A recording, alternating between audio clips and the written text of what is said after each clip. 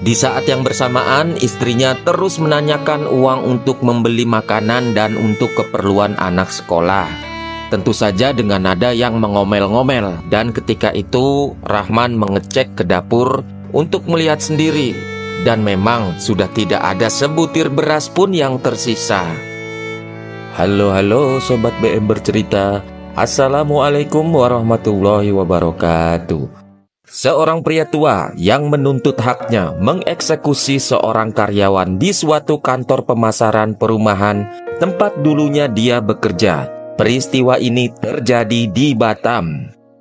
Bapak Rahman, 62 tahun, di usianya yang sudah lanjut dan tinggal bersama anak dan istrinya di sebuah rumah sederhana di Kecamatan Sekupang, Batam. Dalam masa 8 tahun terakhir, Rahman bekerja sebagai seorang security di sebuah perusahaan yang bernama PT Mega Trijaya.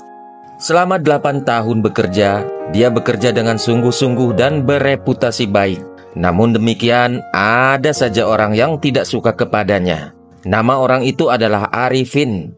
Entah apa sebabnya, Arif ini sering merendahkan dan menjelek-jelekan Rahman. Sedangkan Rahman sendiri tidak mengetahui alasan apa si Arifin ini bisa bersikap begitu kepadanya. Dan walaupun sering tidak dihargai oleh atasannya, Rahman tidak menghiraukannya dan tetap fokus bekerja agar bisa menghidupi keluarganya dengan gaji yang jumlahnya kisaran 3 juta rupiah. Hingga di tahun 2024, dia berhenti dari perusahaan itu. Entah karena usia atau karena pihak perusahaan yang memberhentikan. Saat itu ada sisa gaji terakhirnya yang masih belum dibayar. Oknum perusahaan yang menghandle gaji terakhirnya ternyata adalah Arifin. Dan disitulah Arifin mempermainkan atau sengaja menunda-nunda pembayaran gaji terakhir Rahman. Dengan sisa gaji terakhirnya, harusnya Rahman bisa menyambung hidup sambil dia mencari pekerjaan lain. Ada seorang manajer di perusahaan tersebut bernama William. Sebenarnya William inilah yang memegang gaji terakhir Rahman. Pada tanggal 29 Februari 2024, Rahman memberanikan diri untuk menelpon William, menanyakan sisa gajinya. Tapi anehnya William berkata belum bisa membayarkan gajinya. "Aduh, saya belum bisa bayar gaji kamu Rahman, tapi coba besok kamu datang ke kantor, bantu-bantu kerjaan."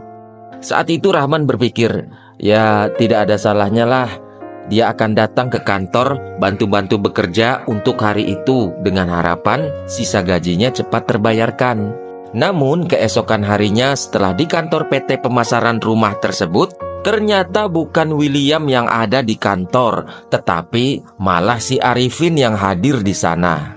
Tanpa basa-basi, Arifin bilang, "Saya sekarang koordinator di sini, jadi gajimu sudah sama saya, bukan di kantor lagi." Saat itu Rahman membatin, "Aduh, bakal lama lagi gajinya dikasih kalau urusannya sama orang ini, si Arifin. Tapi ya, sudahlah, mungkin besok juga dikasih. Soalnya kan juga sudah telat beberapa hari," pikir Rahman kala itu. Namun ternyata apa yang ditunggu-tunggu Rahman tak kunjung diberikan oleh Arifin. Dan ketika Rahman datang kembali ke kantor menanyakan gajinya, Arifin berjanji membayar gajinya jika Rahman sudah membuka pintu gerbang kantor. "Kamu buka gerbang dulu Gih, supaya orang-orang bisa masuk." Walaupun bukan tugasnya karena dia bukan karyawan lagi di situ, Rahman tetap bersabar dan melaksanakan perintah Arifin. Dan pada hari itu Rahman gagal lagi mendapat sisa gajinya dengan alasan Arifin yang tidak jelas dan dibuat-buat. "Aduh, saya belum bisa bayar gaji kamu sekarang. Kamu tahu saya lagi sibuk kan? Gini aja, kasih nomor rekening kamu, besok saya transfer." Walaupun pasrah dengan perkataan Arifin, karena Rahman tahu Arifin ini orangnya seperti apa, Rahman memberikan nomor rekeningnya dan tetap sangat berharap agar Arifin mentransfer gajinya keesokan hari. Setelah itu dia beranjak pulang dengan rasa kecewa.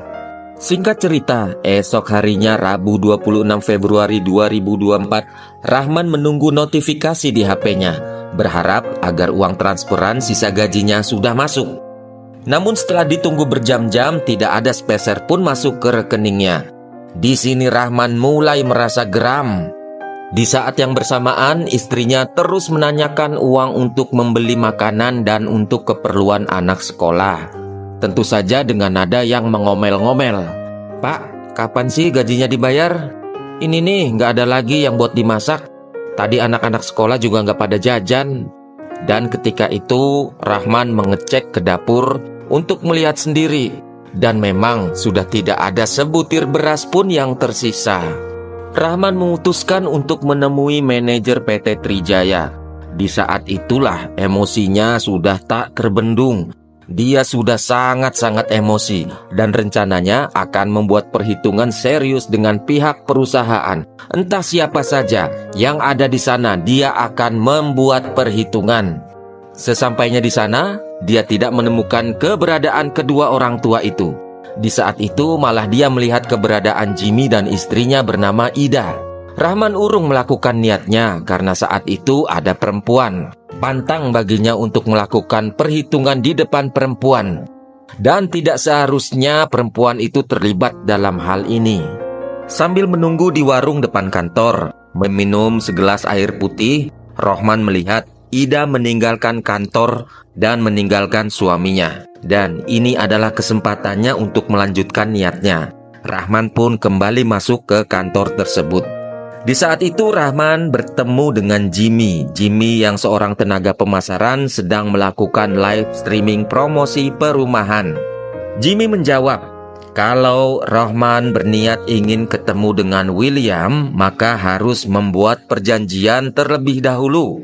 Dia mengatakan bahwa tidak bisa sembarangan bertemu. Mendengar penjelasan Jimmy yang sambil lalu karena sedang live streaming, hal ini menambah emosi Rahman yang memang sudah sangat kesal dan sudah tidak tertahankan lagi. Secara tiba-tiba Rahman mengeluarkan parang yang sudah dibawanya dan menyerang Jimmy.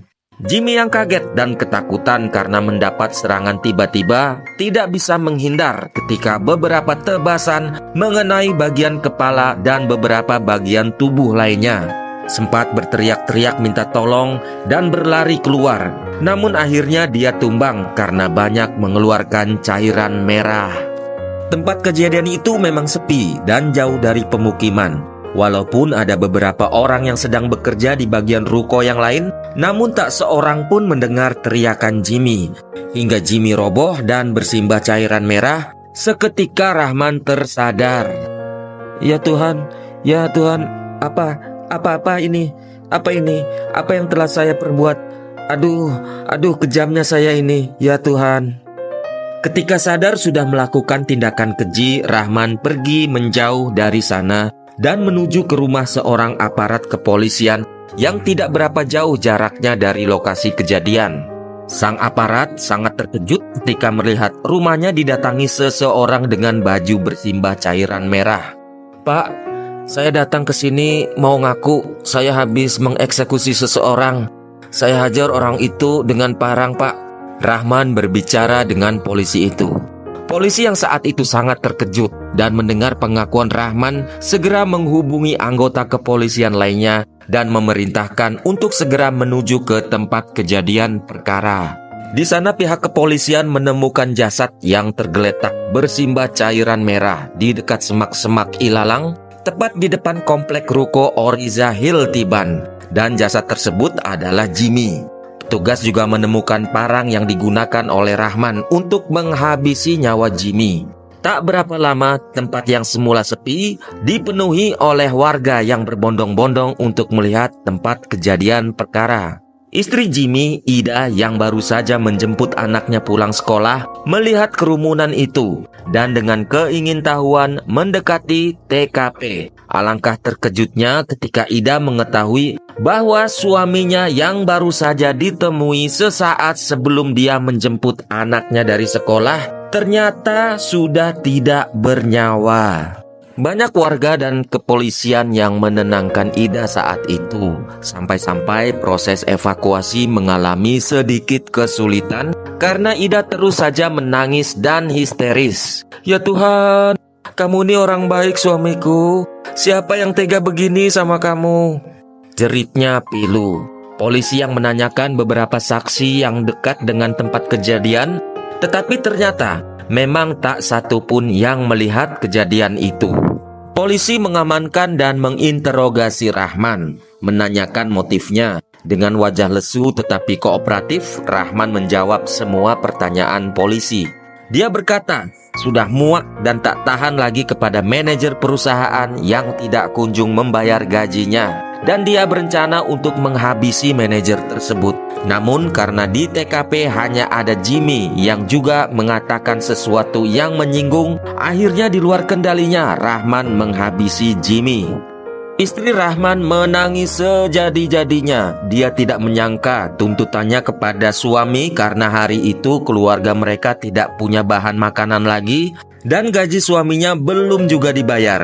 Ternyata membuat suaminya gelap mata dan menghabisi nyawa orang. Dia menyesal andai saja dia tidak marah-marah waktu itu dan tidak mendesak suaminya untuk meminta sisa gaji. Mungkin suaminya tidak melakukan hal sekejam ini.